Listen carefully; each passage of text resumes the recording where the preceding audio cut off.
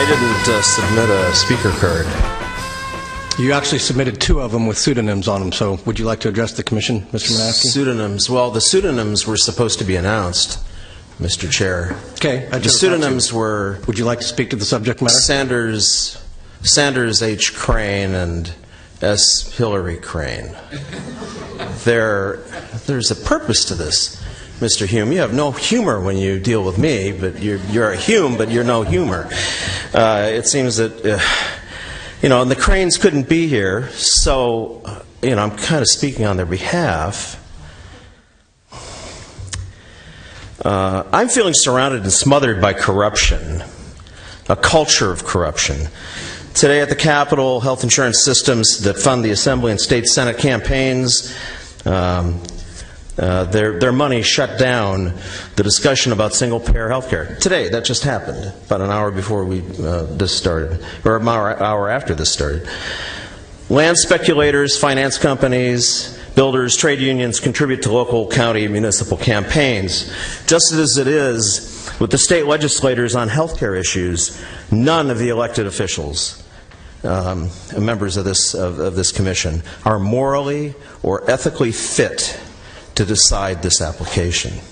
Most of all, your chair is most obviously morally corrupted and should have recused himself from this discussion and decision.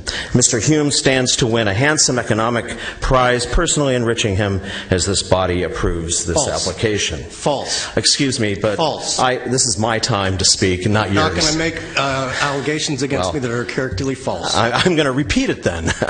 Most of all, your chair is most obviously morally corrupted and should have recused himself from this discussion and decision. Mr. Hume stands to win a handsome economic false. Personally and false.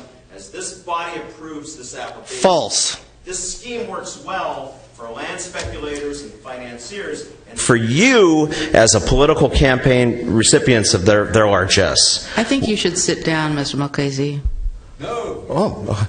While increasing air pollution, it guarantees employment for me as a respiratory therapist treating asthmatic children and lung-diseased adults. It works poorly for flora and fauna and the people who live here. Expansion of the city's already sprawling boundaries increases risks to flooding while challenging rapidly depleting stores of groundwater. Elk Grove is not a walkable city. It's a sprawling suburb with traffic gridlock.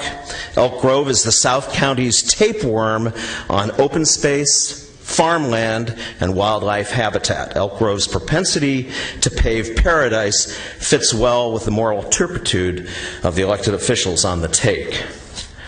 And as former state treasurer Jesse Unruh once said of lobbyists, if you can't eat their food, drink the booze, screw their women and take their money and then vote against them, you don't belong up here. All I can say is this: I dare you.